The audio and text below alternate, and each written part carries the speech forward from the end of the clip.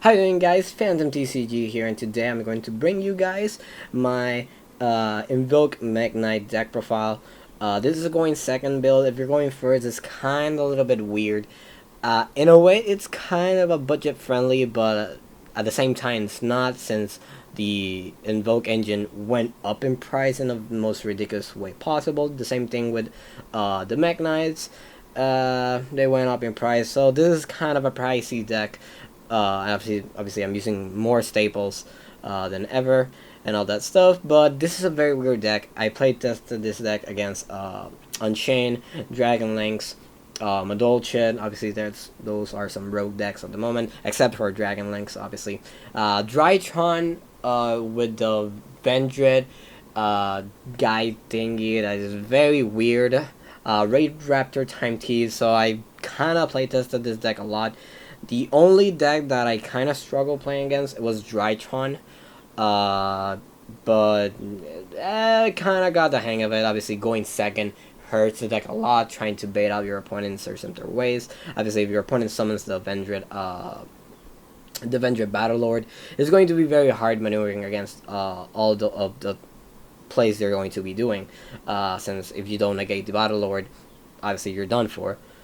So my only recommendation against playing that deck is that negate the Battlelord if you have another hand trap in your hand, or you have something to combat that. Obviously, there are some people that already know it, but some people that don't know it and they're starting the game. So that's the reason why I'm saying that's the thing. So, starting with the deck profile, starting with the monster, we're playing a big variety of monsters. Starting off, we're playing. My camera is a little bit whack. Went back to my old setup. So yeah. Next, first of all, we're playing 3 copies of Aleister the Invoker. He's very straightforward. He becomes a hand trap. Let's say if he is in your hand, and he by himself is extremely good. Obviously, for those who don't know what Aleister the Invoker does, is that when he's normal summon or flip face up, you can search your deck for 1 invocation. The other effect is that you can discard this card, target 1 future monster, and it gains 1 stack. So that's basically it. If this is a monster, you can discard 1 mechaba. That's it. The personal pick that I'm playing is I'm playing 1 blue boy. These are only going to be your normal summons right here. The reason why I'm playing blue boy is that it searches the spellbook of secrets and spellbook of knowledge, so you can get that extra draw advantage, and it's very good. I've really been loving it. The only obviously downside is that if you normal summon your blue boy, you cannot summon your aleister. Like I said, these are your only normal summons in the deck, unless you tribute summon your mekk-knights or other monsters. So that's it. Let's move this aside so it's still in frame. For the mekk-knight monsters, I'm playing a very small lineup. I'll explain the reason why I'm playing it right now. So I'm playing 2 purple nightfall, 1 blue sky, 1 indigo eclipse, and 1 red moon. Alright. Before everybody starts talking about oh, you should play 3 copies of purple nightfall, the same thing with blue sky, you should play at least 2 to 3 copies. The reason why I'm playing this ratio right here is because I want to have at least a lot of hand traps to interrupt my opponent during their turn. Obviously, I'm going second, and I don't want to draw multiple mekk-knights at the moment. So I'm playing 5 mekk-knights at the moment. So the chances that I draw all 5 of them in my opening hand, it's kind of low. So I'm not going to have multiples. Obviously, purple nightfall can give me access to blue sky. Blue sky is going to give me access to my indigo eclipse and my red moon. By that, I'm just removing all the targets in my deck, so only leaving 1 purple nightfall in the deck. So basically, they're all searchable by themselves. Obviously, you can play the yellow star, if I'm not mistaken. That is very good, but I prefer siding, using it as side deck. But yes, that's the reasoning. Hopefully, I explained it well. Obviously, the same thing with blue sky. You can summon blue sky, search 2 mekk-knight monster. Obviously, you go in second. Your opponent sets 2 cards in the same column. You can search for your purple nightfall and indigo eclipse, summon your purple nightfall, and then search for your red moon. By that, you're just removing. You're not going to draw your mekk-knight monsters unless, obviously, you have one other purple nightfall. Next, we're playing two alphas. Alpha is a very good card, to be honest. The 3k attack is extremely good, super buffy.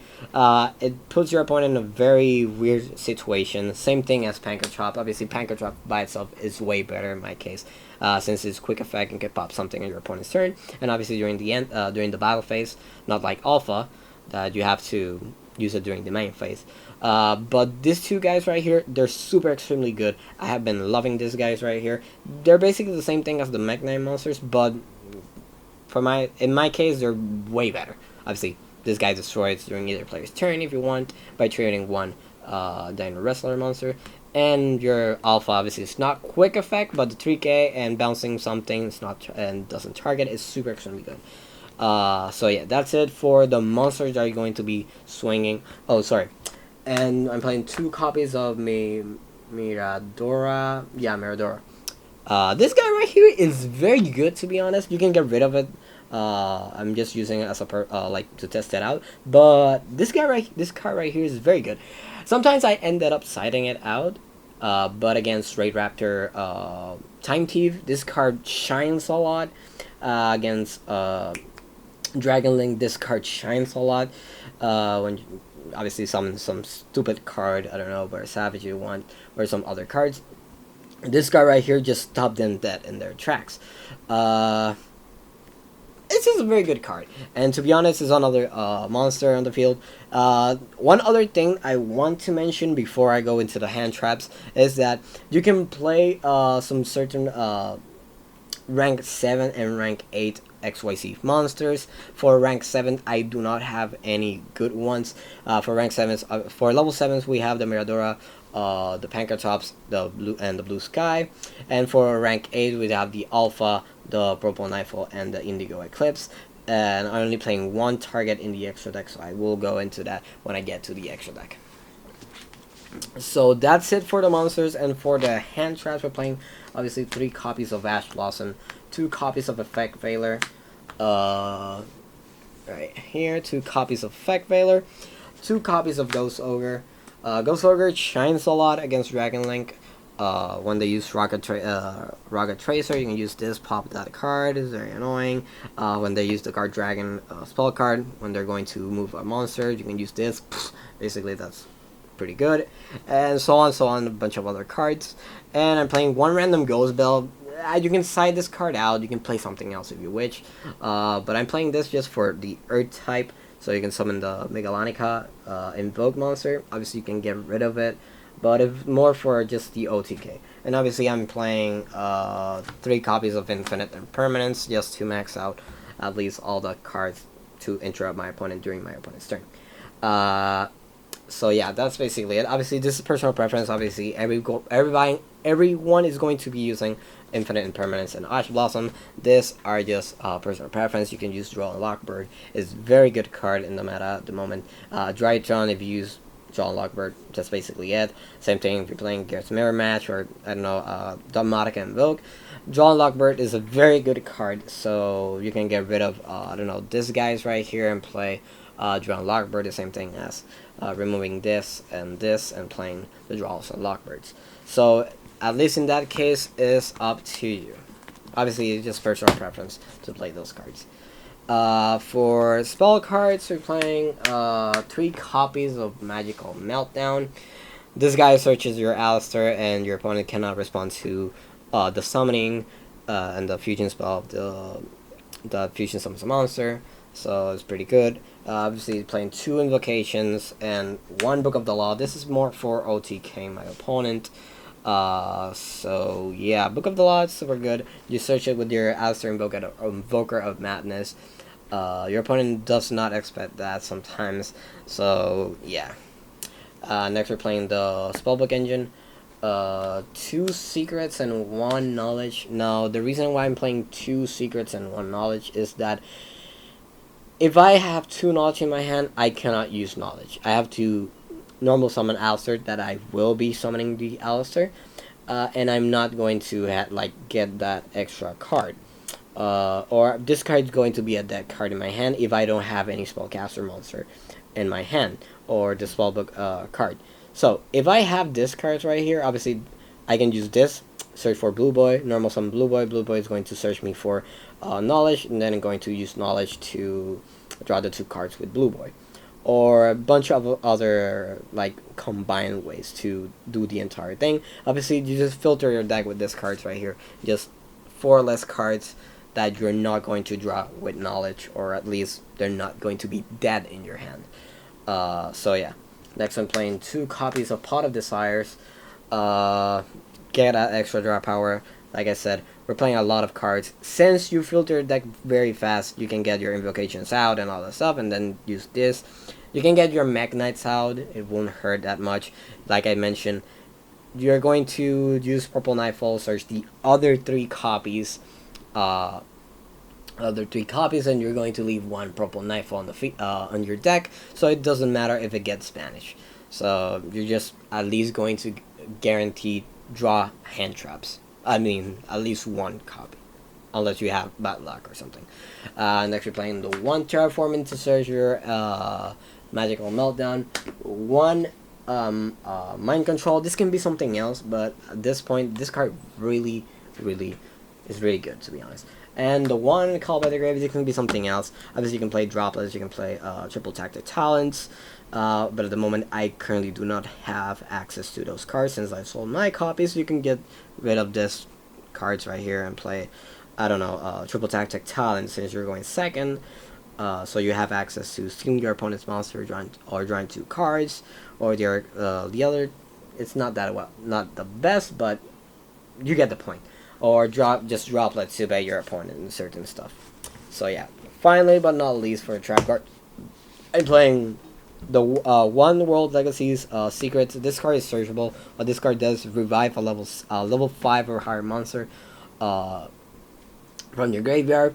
This basically revives all your mekk-knight monsters, revives Alpha, revives the pankratops, revive all of your fusion summon invoked monsters. So you kind of get the point. The other effect is extremely good. It puts your opponent in a very stupid situation, is that monsters that are in the same column as the mekk-knight monsters, their effect are negated.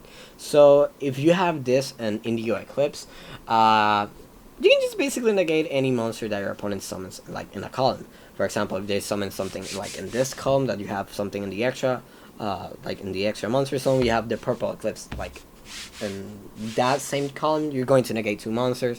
You get the point already. So yeah, that's it for the main deck. Now for the extra deck, I kind of ran out of space. Obviously you can play something else. I just went all out and put a lot of random stuff and randomly worked. You should not do that, by the way. But yeah, I'm playing 2 copies of mechaba. I was trying to put the 3rd copy, but at the same time it really doesn't matter to play the 3rd copy of invoked mechaba. Next I'm playing 1 this guy right here. The name is so hard to pronounce. I'm not going to try to pronounce it. Well, I will try. Augoeides, like I mentioned, I'm not gonna try to pronounce that card. But this guy right here wrecks your opponent in a very stupid way. Its effect is that when a level 5 or higher monster is summoned, if I'm not mistaken, right? This card is special summon, or a monster that is special summoned to your opponent's field. You can target 1 monster on your opponent's control and destroy it. And the other effect, you can banish 1 fusion monster and it gains that attack. Now, you can OTK your opponent with this card. It's the best shit ever. Since obviously we're playing the megellanica, you can use summon this, try to bait out your opponent. Sometimes your opponent will get a little bit distracted and panic since this guy is very big, so they're going to at least do something to like destroy it. So you can just summon this guy right here and just banish this guy right here, and this guy becomes a 5k. So it's very easy to OTK your opponent. And since this guy right here just destroys something when it's summoned, it's just super good. And I'm not going to explain this guy, it's a vanilla, so yeah. 1 purgatrio, this is same thing to OTK your opponent. If your opponent has a full board, purgatrio is going to wipe their entire board. and I'm playing the one invoked raidjin. Raidjin is actually very good. If you see your opponent that wants to link summon or wants to do something, raidjin is super extremely good to stop those plays right there. So yeah. Next, I'm playing the only XYZ monster. I'm playing one Ningirsu. Obviously, I'm only using the effect to send one card from the field to the graveyard when it's summoned. And the other effect, obviously, to protect all other cards in the field by detaching, is super very good. But obviously, your opponent will not expect you summoning this card by using, obviously, the materials. For links, I'm playing one Artemist, one Secure Gardna, and one Almiraj. I will explain them right now. The reason why I'm playing this and not like this card only or this package only is that there's some certain scenarios that you have knowledge in your hand. So to get the extra of to the extra value of all your cards, you just summon aleisters through your invocation, link the aleister into this chick right here, use knowledge, send the chick, draw 2 cards, and then use invocation, banishing from the graveyard. So it doesn't hurt that much banishing the monster from the field. For example, using the secure gardna, that in my case, I really hate doing that play, but yeah, obviously I do use the secure gardna play when I want a fire monster in my graveyard and I don't have Ash in my graveyard and I want to summon purgatrio. So yeah, that's basically it with like link ones. Next, I'm playing one Morning Star. This one is when it's summoned, you can search for one World Legacy by discarding one card. Obviously, this card right here, and the other effect is very good. Is that your mekk-knight monsters cannot be destroyed by monster except if they're in the same column as that monster. So it's kind of gimmicky. That's it. Next we're playing the one Aleister Invoker of Madness. This guy right here, when you fusion summon a monster where it points to, you discard 1 card, search for Invocation or Book of the Law. That's basically it. That's his only purpose. And the other effect is that he's treated as Aleister the Invoker on the field and in the graveyard. So yeah. And next we're playing some couple of staples. Obviously we're playing the one Boreal Soul Dragon to OTK your opponent in case some weird shit happen. Obviously if you steal your opponent's monster with mind control, you can use it, and so on. Very straightforward stuff. The one Unicorn and the one Nightmare Phoenix, if I'm not mistaken. Those are the 15 monsters. So yeah. This is the deck profile. This is my deck profile. One thing I want to say before I end this video is that remember, everybody has his own way to play the deck. So use my deck profile as a reference. I will put the deck profile in the description below, so you don't have to watch the entire video. I forgot to say that at the beginning of the video. Probably put something in the thingy. Like the video if you found this video helpful. So yeah, anyways guys, thanks for watching. Subscribe if you want to see more and you want to see the other deck profiles I'll be posting. I'll be posting Raidjin invoked updated variant that I've been testing around, and I'm going to be posting my shuttle deck profile. So yeah guys, thanks for watching. Phantom TCG out.